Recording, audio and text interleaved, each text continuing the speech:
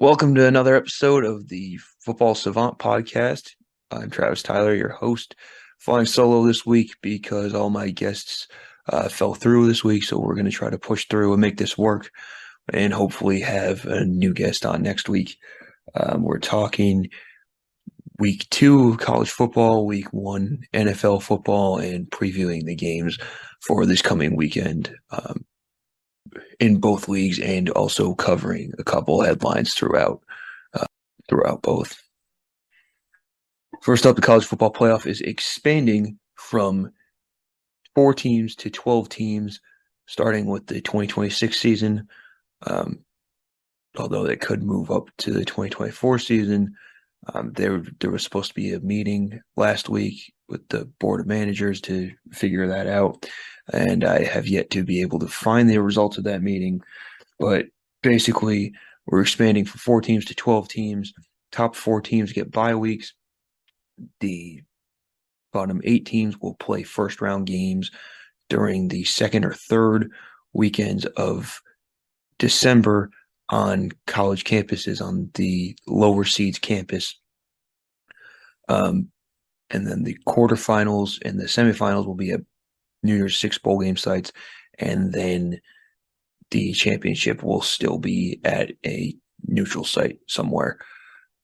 On our college football preview episode, we talked with Dylan Marsh about the possibility of expansion, and we kind of both agreed that 8 teams was going to be the kind of perfect scenario. They decided to go with 12. The reason we thought the 8 teams would work was because there would be 5 Power 5 champions, each from the Power 5 conferences. You'd have the top group of 5 conference, which last year's case would have been Cincinnati from the American Conference. And then you'd have 2 at-large teams, probably the Big Ten and the SEC.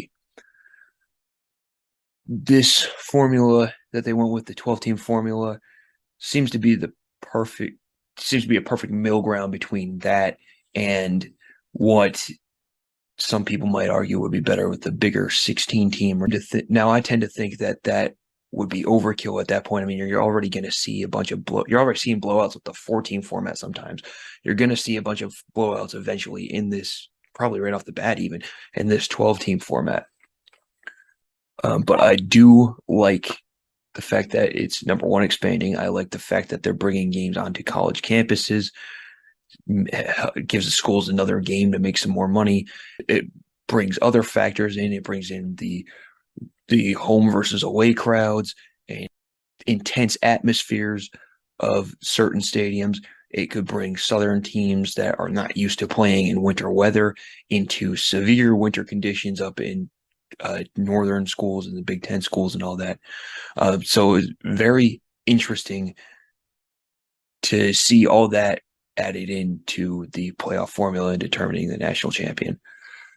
In other news, Nebraska has fired head coach Scott Frost 3 games into his 5th season with his alma mater.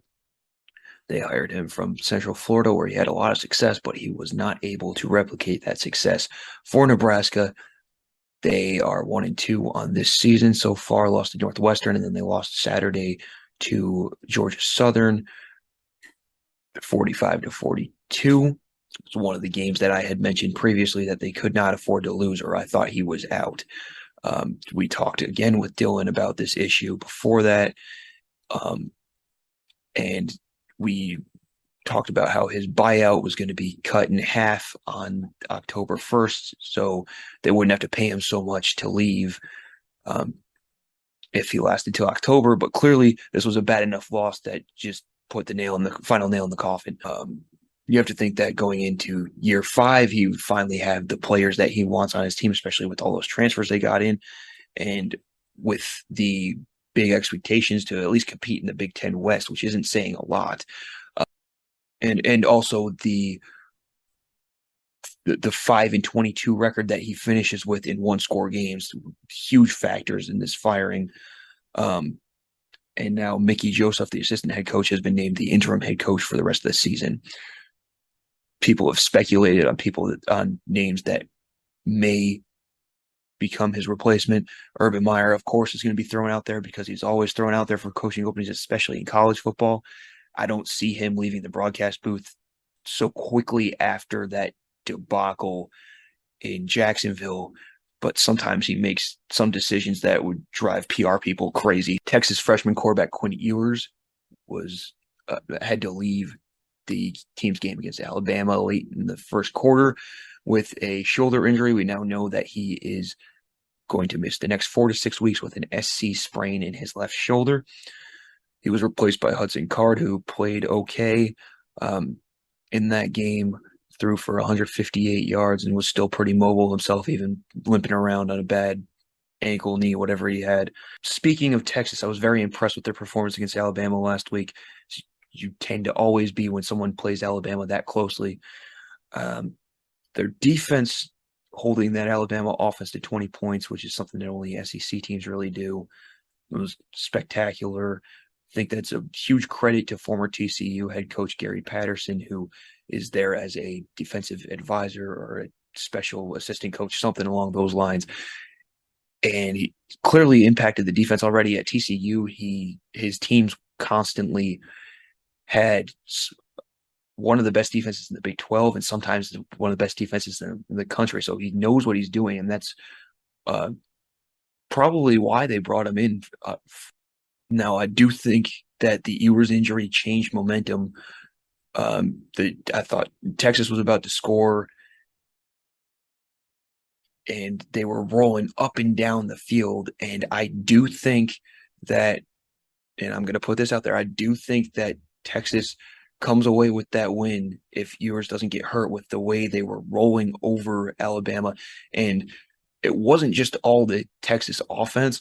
The Alabama team as a whole, especially the defense, was playing undisciplined and giving Texas extra opportunities, and Texas was taking advantage of them. I thought Alabama on their side, again, there was their undisciplined stuff, but Bryce Young was the best player on the field for them. He made everything look easy. He just didn't have any help outside of maybe the first quarter when that running back scored the touchdown. There were drops. Jermaine Burton had a couple, the transfer from Georgia. He just didn't have a lot of help. Maybe some of these receivers that they got coming back from injuries, like Tyler Harrell from the transfer from Louisville, who's supposed to be fast as hell, will help them out. But they need more out of their offense if they're going to be the usual Alabama team that we usually see.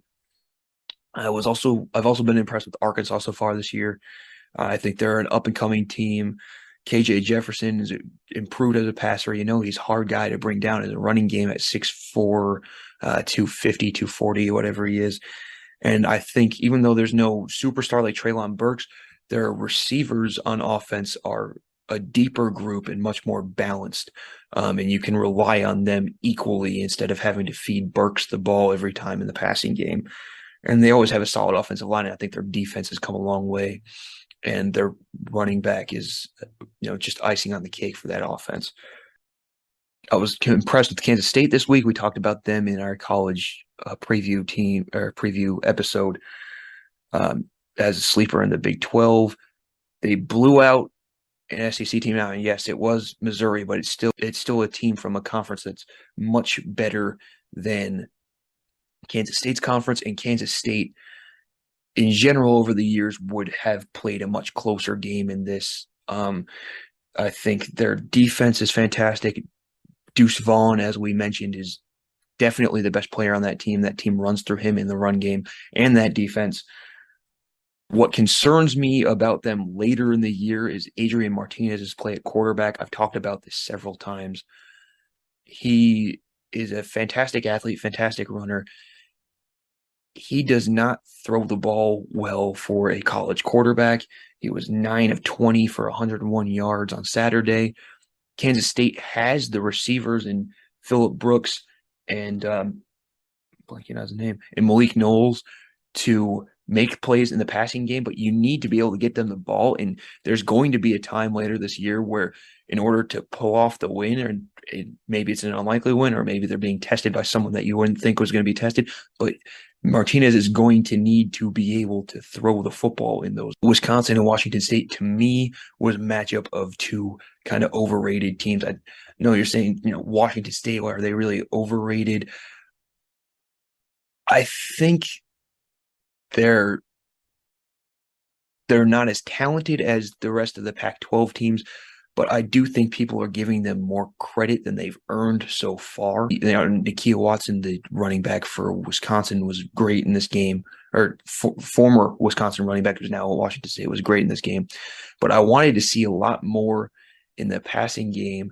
You expect a lot more in from this passing game just over the years in general, but also from Cam Ward, their transfer quarterback, who a lot of people have as a possible first-round NFL prospect in these way too early mock drafts, and that's why you don't put too much stock into these way too early mock drafts, because I did not see a first-round prospect in him in this game. Now, you can't judge him off of one game, but going forward, I want to see more of him affecting the game rather than relying on everyone else to pull it out.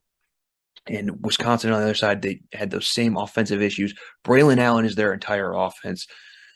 Graham Mertz is a little bit of a concern at the quarterback. He may be playing a little better than he did last year, but still not holding up a big end of the bargain. And, it's just the way Wisconsin's playing is not going to get them very far once Big Ten play starts, especially when they're playing those guys that have those much better offenses that can give their very good defense, that can force the Badgers' offense to keep up with points. But Kentucky played a great game against Florida, and their offense wasn't there. Will Levis did not have his best game. I do think, and I've been saying this all week, it was very over-aggressive of the voters to vote Florida all the way up to 12 from unranked just for one season-opening upset win. Anthony Richardson was not the same player in this game. Maybe he was similar as a passer, but after 100-some yards and 3 touchdowns on the ground against Utah, he had 4 yards in this game, just 6 carries. It really cost Florida the game, too, when they were leading the whole time, and Kentucky ended up with a pick 6, but believe it was to take the lead. It was either to tie or to take the lead. Telegraphed that pass, stared his receiver down. His eyes never moved, and you could just see where the throw was going the entire time. Defender made a play on it and just took it the other way to the house. And so I thought the Kentucky defense was the biggest factor in that game, in deciding that game. Baylor and BYU also played an overtime thriller in Provo. BYU is a very talented team this year. If you haven't looked at them at all, they've got a great quarterback. They're a physical team. They've got good receivers and great. They've always been pretty good on defense. Most of this is a very big defensive game for most of it. Most of the scoring didn't come until the third quarter.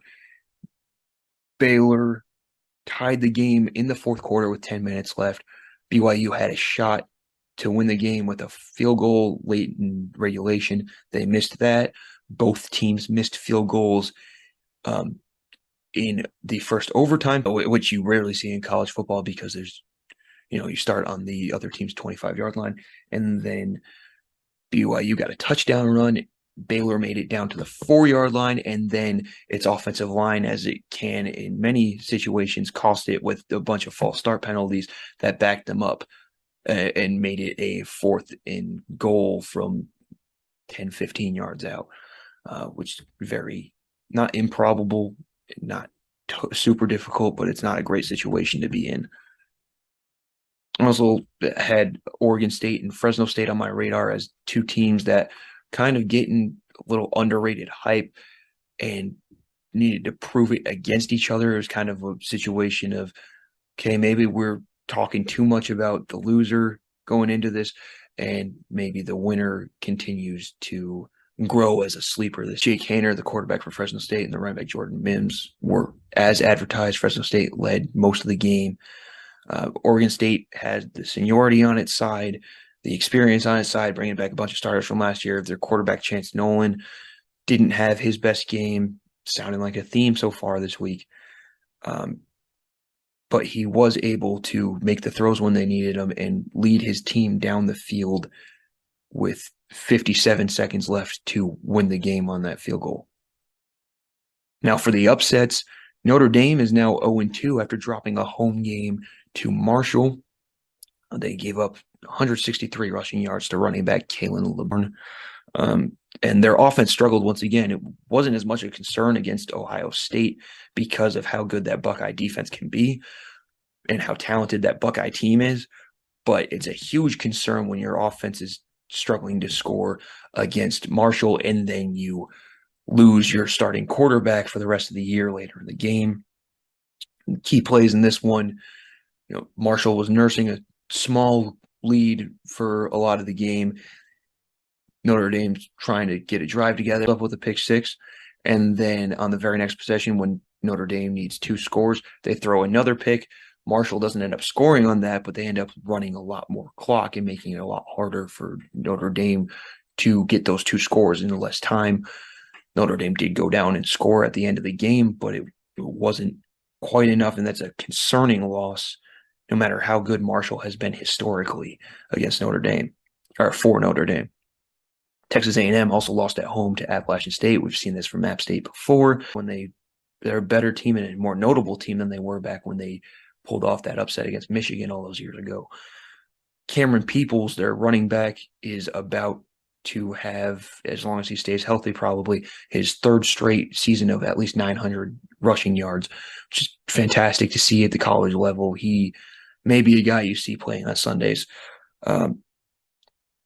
A&M in this game cost itself with missed field goals and turnovers, gave Appalachian State more opportunities than they should have had. They still run that outdated offensive formula, which, they need to adapt because it does not lead to a lot of points with the talent that they have on that team. And they've always been a defensive-led team. It just cost them too much, and they need improvement on that offense to go where they thought they were going to be going at the beginning of the season. In terms of games cut for this coming week, obviously you look at that Nebraska-Oklahoma game as a game that Oklahoma should roll. Shouldn't have any problems there. I'm just interested to see how Nebraska will come out, what changes they make, and what effect that coaching change off of Scott Frost has on that team. Cal and Notre Dame, I think Notre Dame really needs to win this one. Don't want to start the Marcus Freeman era off 0-4. The sky's going to be falling if they're 0-3. And for Cal, they're 2-0, trying to prove that, maybe it's not the Notre Dame team to prove yourself against, but it's a non-traditional football school against one of the traditional powers in college football, and a win there could do a lot for that program, even though Notre Dame has struggled to open the BYU. We talked about earlier, they're up to number 12. They're visiting number 25 Oregon this week. Oregon looked awful against Georgia. Maybe that was the Georgia factor, but in the big stadium factor, who knows? They need better play from Bo Nix and better play from that offense in general. Better play from the defense, if we're being honest, too, although I have less concerns about that than with the way their offense is played. And BYU has the talent from a personnel standpoint and the coaching standpoint to hang with Oregon and come up with a win in Eugene. That's not very easy to do. So Oregon is going to need, you don't hear this very often about a home Oregon team. Oregon is going to need to have a near flawless performance to be able to pull this one out. Penn State goes on the road to Auburn. Obviously, part of the intrigue of this game is the Big Ten team going to an SEC campus to play an SEC team. Now, is Auburn necessarily a very good SEC team? Really don't know. They have an excellent running game with Tank Bigsby and Jarquez Hunter. You don't know much about their receivers because their quarterback play has been so awful. TJ Finley earned the starting job, apparently, but he has not played like he deserves to keep that starting job. And they have a pretty good defense. On the Penn State side, they have a 6th-year quarterback who's played, Sean Clifford, who's played well enough to prove that he is the starting quarterback. Their passing game has some lethal weapons at receiver and tight end, and their defense is possibly as good as Auburn's, maybe better.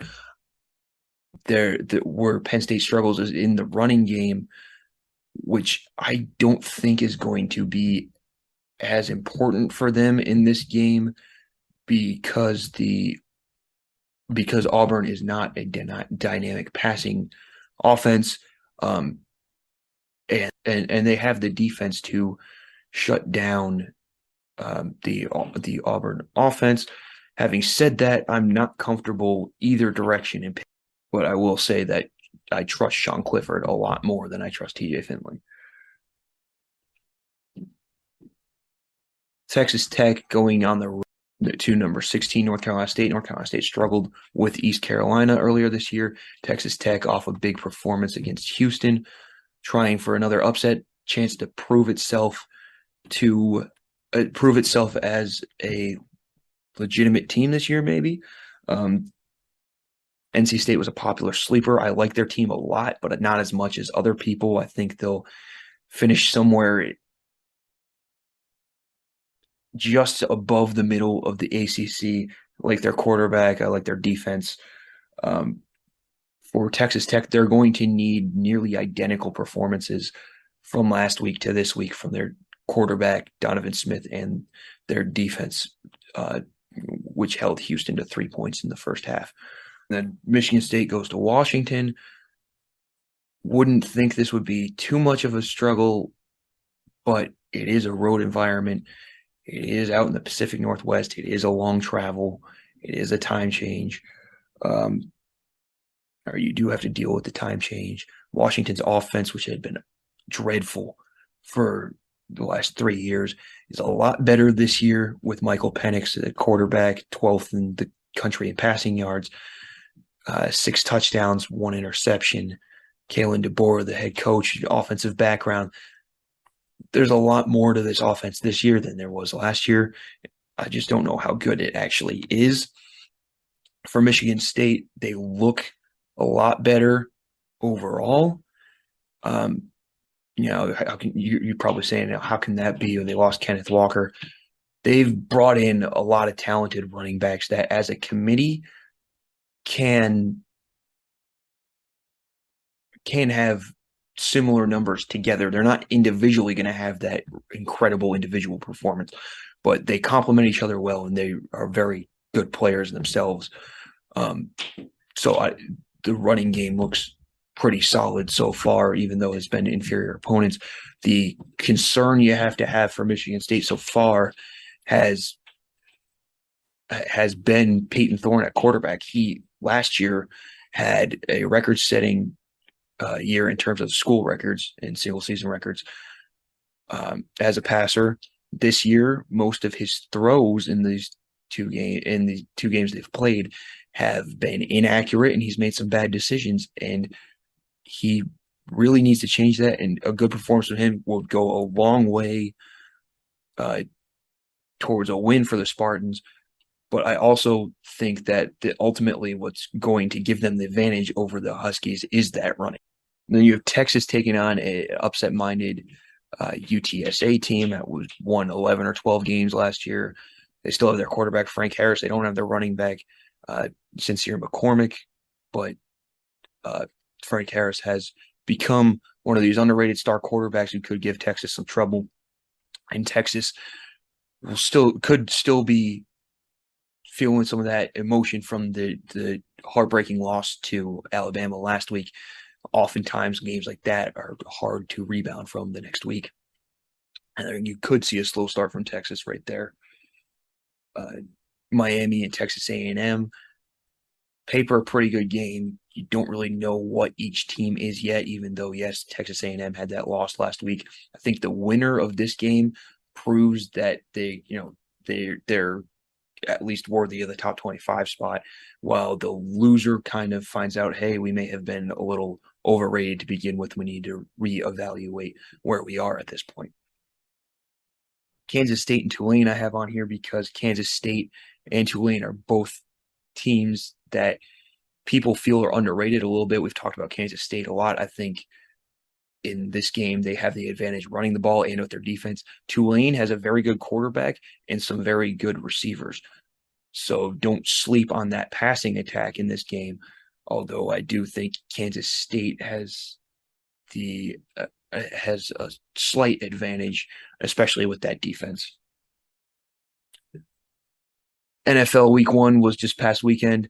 Thursday night, a week ago, the Buffalo Bills absolutely demolished the defending champion Los Angeles Rams, put on a complete clinic. Offense clicked in every single way possible. Defense, the same thing. Forced turnovers, forced interceptions. Pass rush was in the backfield all day. It could have been because of the retirement of Rams left tackle Andrew Whitworth, but I mean, you can't blame one position on the offensive line for an entire unit's struggles, because that's on all of them to work together and adjust. And they made the Rams look really bad on national TV, and it's hard to say that anyone but Buffalo is the Super Bowl favorite right now. But again, I'll preface everything I'm saying here for the rest of this segment. The Week 1 is the biggest overreaction week of the season. You still don't truly know what each team is. And you need to give them a chance to prove that for the rest of the season. The Saints-Falcons game was a lot closer than I thought. I came into the season thinking Atlanta has no offense. The Saints have a pretty good defense. Now, the Saints don't have great offense themselves, especially with Sean Payton not coaching them anymore. I don't trust Jameis Winston all that much. The receiving core is a little rebuilt, but Michael Thomas has had his injuries. You don't really know what Jarvis Landry is anymore. You're not sure what you're going to get as a rookie from Chris Olave. I think he's going to be fantastic as a player down the line. I don't know what I'm getting from him as a rookie, though. And then, so then you're just left with Alvin Kamara, basically. And if people can key in on him, then they might stop him a little bit. Now, Atlanta doesn't usually have a defense, so I assumed that New Orleans would be able to take advantage of that. Clearly, I was wrong for a large chunk of this game. The Saints did end up pulling out the win, but Atlanta controlled most of the first 3 quarters of this game. I was also shocked that Chicago beat San Francisco. Now, it's less shocking because of the weather. And if you look at the numbers, Chicago didn't really have any sustained drives, so I'm still comfortable saying that their offense is not one of the better offenses in the NFL, is not even a mediocre offense in the NFL. Even though, yes, they were playing a very good San Francisco defense. Yes, I get that. But I just don't see a lot of explosiveness from that offense. Congrats on the win, but I don't see a lot more coming this week or this season.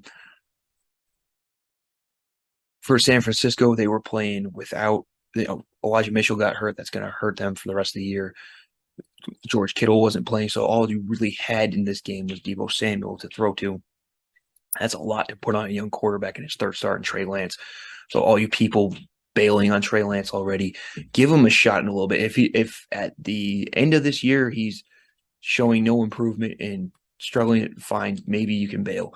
But right now he's kind of being relied on to be one of few playmakers in that offense. And clearly the weather was a factor in that game. I was very impressed by Minnesota this week. I was one of the people in the offseason who was not understanding their midseason hype or their offseason hype. But after watching that game, I get it now. You knew their offense was going to be great. I didn't think their defense was going to be as improved as it was. And yes, it's just one game, overreaction coming. But holding Aaron Rodgers and that Packers offense to just 7 points in the first game under a new head coach, new coaching staff is extremely impressive. Extremely impressive. And if that's a sign of things to come, then Minnesota is going to be in great shape this season. Pittsburgh defense, I was impressed with. I mean, obviously, you're always impressed with the Pittsburgh defense. They forced a lot of turnovers out of Joe Burrow early. Cincinnati was able to crawl back in that game and take it to overtime. But I was also impressed. I was impressed with both sides of Pittsburgh's team. Their offense, especially with Mitch Trubisky, I don't think much of Mitch Trubisky um, as as a starting quarterback, but he played much better than I expected him to play. And he does have the weapons on that offense to be a good offense if he continues to play like he has, like he did. He looked really good against New England, and the other side of that, New England still a pretty good pretty good defense. I'm concerned about that offense. Mac Jones, talented guy. They don't have a real good offensive play caller on their coaching staff. And I'm still not sure they've surrounded him with enough based on this is just based on Sunday's game mostly.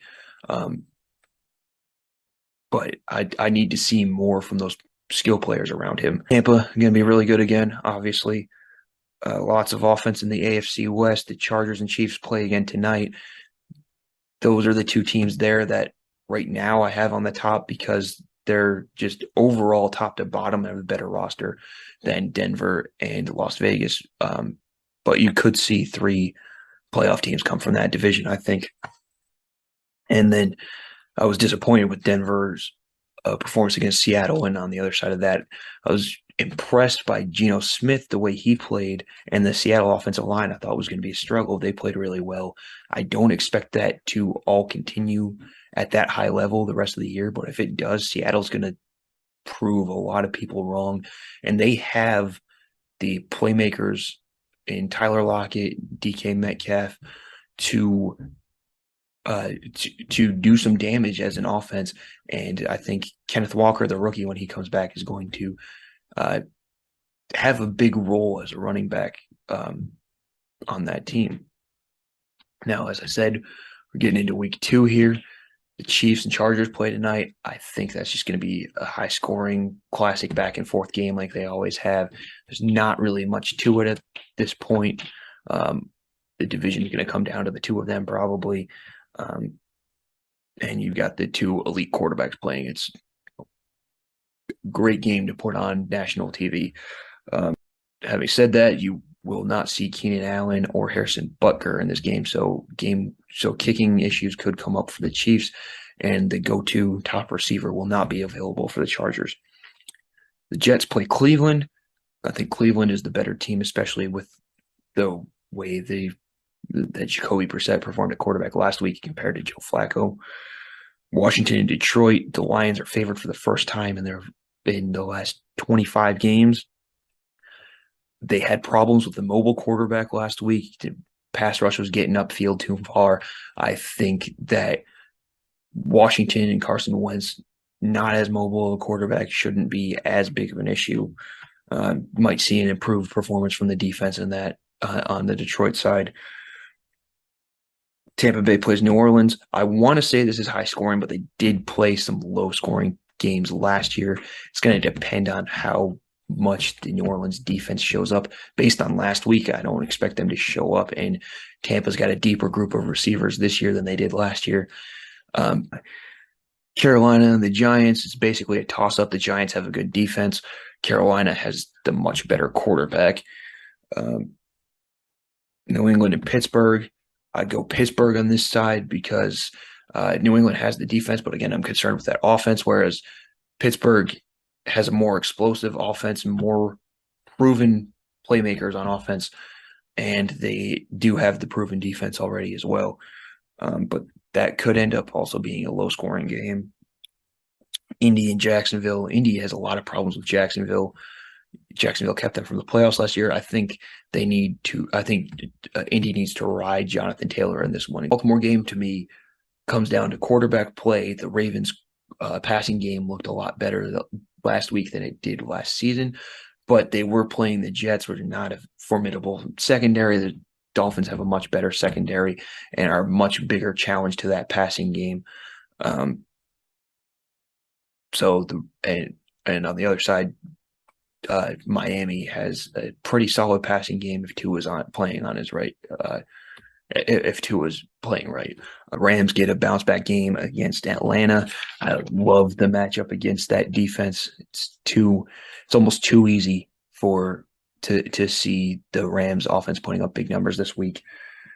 Seattle, San Francisco. I think San Francisco makes some things harder on Geno Smith for defense, and Deebo Samuel's going to get a lot of touches with the guys out.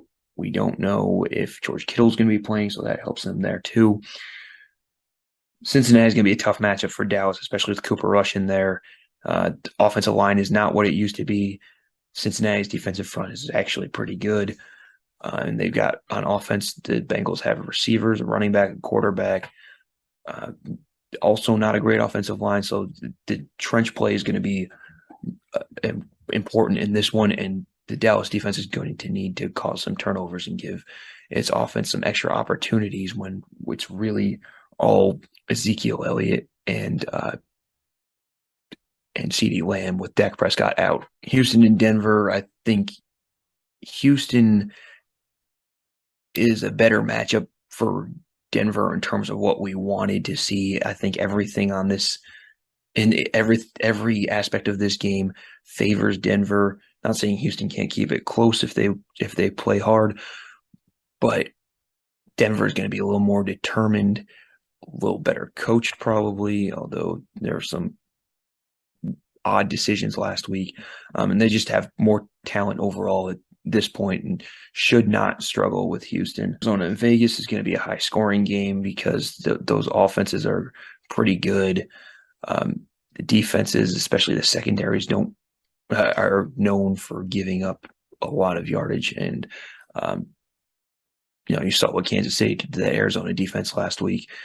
The Vegas offense isn't the Chiefs offense, but it's also not far off from Green Bay play Chicago. I think the Packers get a bounce back win, and their defense exposes the Bears offense as one of the bad units in the NFL.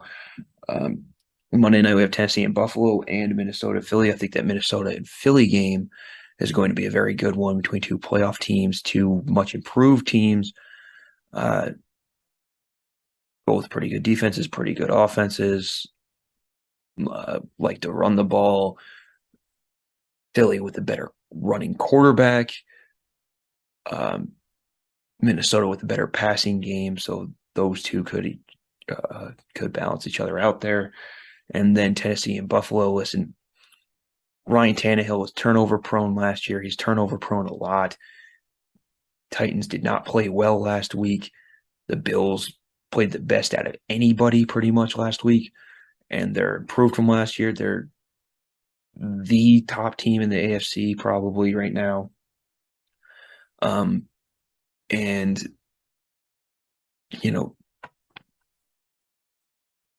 Tennessee's going to have its work cut out for it because this game could get ugly if the Buffalo defense continues to cause turnovers at the rate they did last week.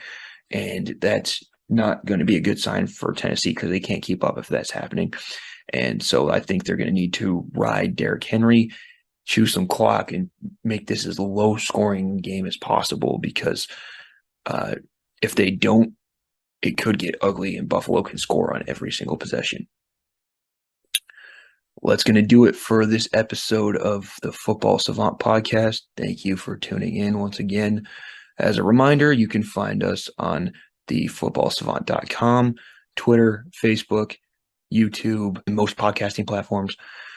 And if you have time, check out my other podcast, Travis on Sports podcast, that dives into more headlines around the four major U.S. sports. There will be a new episode there and obviously, if you like the shows, you know the drill by now. Like, subscribe, share. I'll be back next week with another episode of the Football Savant, hopefully with a guest because this was much more difficult to do without a guest here. But I will be back next week, and until then, enjoy your football weekend.